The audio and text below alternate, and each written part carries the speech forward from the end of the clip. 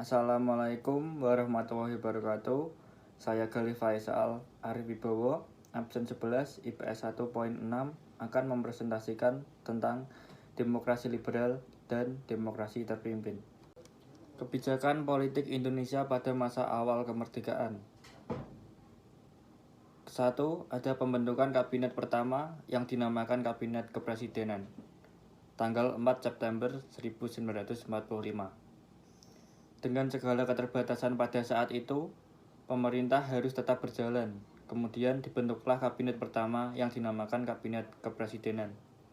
Kabinet ini diketuai oleh Presiden Soekarno yang dimulai dari tanggal 4 September 1945 hingga 14 November 1945. Dalam pelaksanaannya, kabinet presidensial merupakan suatu kabinet yang pertanggungjawaban atas kebijakannya ditanggung oleh presiden. Presiden merangkap jabatan sebagai Perdana Menteri, sehingga para menteri tidak bertanggung jawab kepada parlemen, melainkan kepada presiden secara langsung. Penyelenggaraan pemerintahan negara saat itu pun berada di tangan presiden. Presiden adalah kepala negara sekaligus kepala pemerintahan. Presiden tidak dipilih oleh parlemen, namun dipilih langsung oleh rakyat atau suatu dewan majelis. Presiden memiliki hak istimewa untuk mengangkat dan memberhentikan menteri-menteri di jajaran pemerintahannya. Yang kedua, ada Maklumat Wakil Presiden nomor 10 yang dikeluarkan pada 16 Oktober 1945.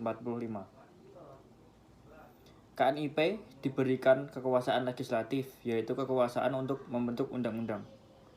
Saat itu, kita belum memiliki lembaga DPR atau MPR, sehingga Komite Nasional Indonesia Pusat ini akhirnya menjadi cikal bakal badan legislatif di Indonesia.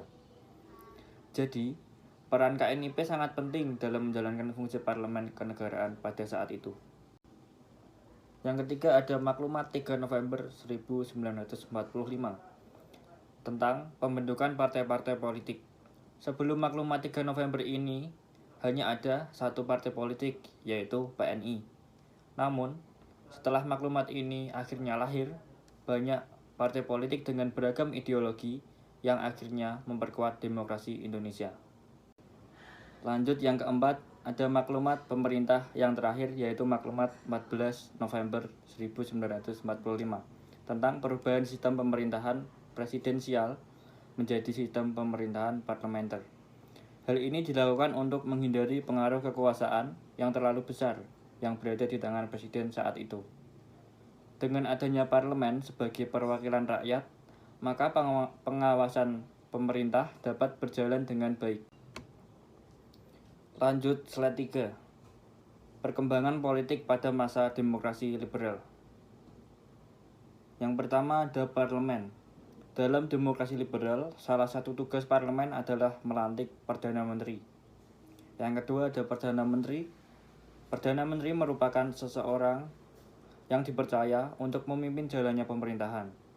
Pada masa demokrasi liberal terdapat 6 Perdana Menteri, yaitu pertama Muhammad Natsir, kedua Sukiman Wirjosanjoyo, ketiga Wilopo, keempat ada Ali Sastromijoyo, kelima ada Burhanuddin Harahap, dan keenam ada Juanda Kartawijaya. Selanjutnya ada kabinet. Perdana Menteri yang sebelumnya kita bahas dibantu oleh sebuah tim yang disebut dengan kabinet. Kabinet adalah badan atau dewan pemerintahan yang terdiri atas para menteri. Pada masa ini, terdapat 7 kabinet selama masa demokrasi liberal berlangsung. Tugas kabinet adalah membantu Perdana Menteri dalam menjelaskan tugasnya. Yang terakhir ada presiden. Di masa demokrasi liberal terdapat satu jabatan lagi, yaitu kepala negara. Kepala negara adalah orang yang memimpin suatu negara dalam urusan dalam negeri maupun luar negeri. Pada masa demokrasi liberal di Indonesia, kepala negara disebut sebagai presiden. Selama masa demokrasi liberal di Indonesia, hanya memiliki satu kepala negara, yaitu Presiden Soekarno. Lanjut slide berikutnya. Ada pembentukan kabinet pada masa demokrasi liberal. Yang pertama ada Kabinet Muhammad Natsir 6 September 1950 sampai 21 Maret 1951. Kabinet Muhammad Natsir berjalan cukup singkat. Inilah kabinet pertama setelah pembubaran RIS menjadi NKRI. Akhirnya, kabinet ini berakhir dengan mosi tidak percaya terhadap Kabinet Natsir karena permasalahan dalam negeri dan Irian Barat yang tidak kunjung selesai. Yang kedua, ada Kabinet Sukiman Wiryo Sanjoyo 27 April 1951 sampai 3 April 1942.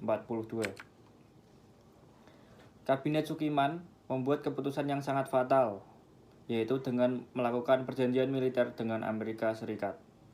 Hal inilah yang membuat Kabinet Sukiman akhirnya runtuh atau berakhir karena Kabinet Sukiman dianggap pro-Barat. Yang ketiga, Kabinet Wilopo 3 April 1952 sampai 3 Juni 1953. Wilopo adalah seorang politikus dari Partai Nasional Indonesia. Tapi uniknya, kabinet ini tidak berisi koalisi antar partai. Tapi kabinet ini adalah kabinet Jaken, yaitu kabinet yang berisi tokoh-tokoh ahli dalam bidangnya dan bukan anggota dari partai politik tertentu. Agar tidak terjadi persaingan antar partai, Kabinet Wilopo berakhir karena akhirnya negara kita mengalami defisit anggaran yang cukup besar. Ditambah lagi, terjadi bentrokan antara petani di Deli Serdang, Sumatera dengan kepolisian. Peristiwa tersebut dinamakan peristiwa Tanjung Morawa, yang berlangsung tanggal 16 Maret 1953. Akhirnya, Kabinet Wilopo harus berakhir dan digantikan oleh kabinet lainnya. Yang keempat ada Kabinet Ali Sastroamidjojo I 30 Juli 1953 sampai 12 Agustus 1955. Ali sendiri berasal dari partai PNI. Saat itu Kabinet Ali Sastroamidjojo berisi koalisi antar partai PNI dengan partai baru yang cukup besar ketika itu, yaitu Partai NU. Kabinet Ali berhasil menyelenggarakan Konferensi Asia Afrika di Bandung tanggal 18 sampai 24 April 1955. Indonesia baru berusia 10 tahun, tetapi sudah bisa menyelenggarakan suatu konferensi besar, yaitu Konferensi Asia Afrika, di mana mengundang negara-negara besar di Asia dan Afrika. Masalah-masalah yang datang dalam Kabinet Ali yaitu korupsi, inflasi, dan terjadinya perselisihan di dalam kabinet yang akhirnya membuat Kabinet Ali mundur. Perselisihan ini membuat salah satu partai koalisinya, yaitu NU, menarik menteri-menterinya. Yang kelima ada Kabinet Burhanuddin Harahap 12 Agustus 1955 sampai 3 Maret 1956. Kabinet Burhanuddin Harahap berhasil menyelenggarakan pemilu pertama di Indonesia tahun 1955. Akhir Kabinet Burhanuddin adalah kabinet ini tidak mendapatkan restu dari presiden. Walaupun kabinet ini berhasil menyelenggarakan pemilu, kabinet ini harus turun dan menyerahkan mandatnya kembali kepada presiden. Yang keenam ada Kabinet Ali Sastroamidjojo II 20 Maret 1956 sampai 14 Maret 1957. Setelah pemilu 1955 yang menempatkan PNI sebagai pemenangnya, akhirnya kabinet di masa demokrasi liberal kembali dipimpin oleh orang dari PNI, yaitu Ali Sastroamidjojo dalam periode yang kedua. Kabinet Ali yang kedua mengalami masalah yang cukup penting, yaitu masalah-masalah separatis dan provinsialisme yang masih belum teratasi. Yang paling penting adalah timbulnya masalah pemberontakan PRRI dan Permesta di Sumatera dan Sulawesi. Masyarakat Sumatera dan Sulawesi tidak puas dengan pembangunan di daerahnya. Ketidakpuasan ini diutarakan kepada pemerintah pusat. Akhirnya terjadi percecokan antara koalisi PNI dengan Mas Yumi. Mas Yumi menginginkan Kabinet Ali menyerahkan mandatnya karena dianggap tidak bisa menyelesaikan permasalahan di daerah. Tapi Kabinet Ali melalui PNI merasa belum menyelesaikan tugasnya dan masih harus menyelesaikan masa jabatannya. Akhirnya, dengan hal ini, Masyumi menarik banyak menterinya karena merasa tidak setuju dengan kabinet Ali. Akhirnya, dengan semakin melemahnya kabinet Ali, membuat kabinet Ali harus turun. Yang ketujuh ada kabinet Juanda Kartawijaya 9 April 1957 sampai 5 Juli 1959. Masalah pergolakan dan pemberontakan di dalam negeri jadi masalah yang sangat mengganggu perjalanan kabinet-kabinet di awal kemerdekaan. Akhirnya, Soekarno sebagai Presiden Republik Indonesia mengambil langkah tegas dengan mengeluarkan dekret Presiden tanggal 5 Juli 1959. Berakhirnya Kabinet Juanda menjadi pertanda berakhirnya Kabinet Demokrasi Liberal yang berganti menjadi demokrasi terpimpin. Lanjut slide berikutnya. Pemilu 1955 pada masa demokrasi liberal.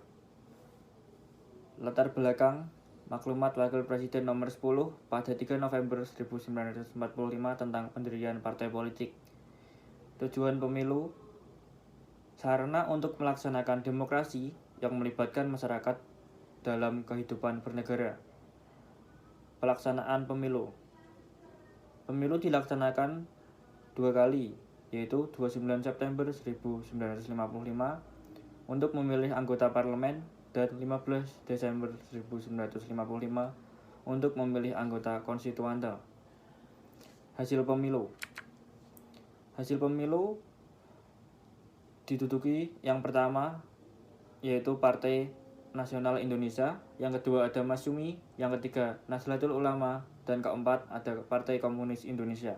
Lanjut slide berikutnya. Perkembangan ekonomi pada masa demokrasi liberal. Yang pertama ada sistem ekonomi gunting Syafruddin. Perguntingan uang kertas di Javase Bank dan uang Hindia Belanda atau Nika untuk mengatasi inflasi dan harga melambung. Yang kedua ada sistem ekonomi gerakan Banteng. Bantuan modal dan juga bimbingan kepada para pengusaha pribumi agar bisa menjadi pengusaha nasional dan memajukan ekonomi Indonesia. Yang ketiga ada nasionalisasi perusahaan asing. Pengambil alihan perusahaan-perusahaan swasta asing menjadi milik negara baik sebagian maupun sepenuhnya.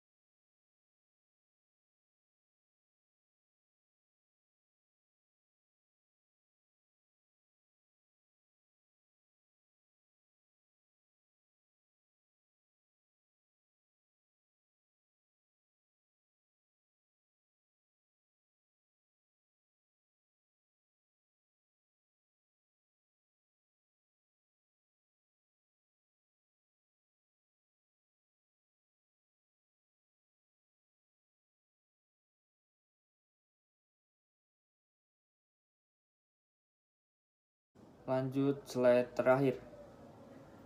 Perkembangan politik dan ekonomi pada masa demokrasi terpimpin. Yang pertama ada politik dalam negeri. Undang-Undang Dasar 1945 yang kembali berlaku dan mengganti Undang-Undang Dasar Sementara atau UUDS 1950.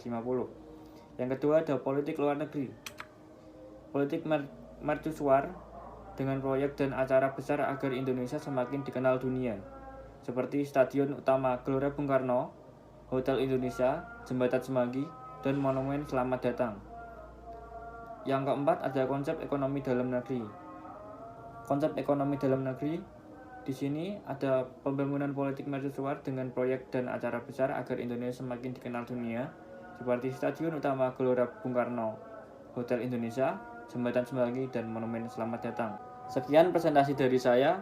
Jika ada salah kata, mohon dimaafkan dan dimaklumi.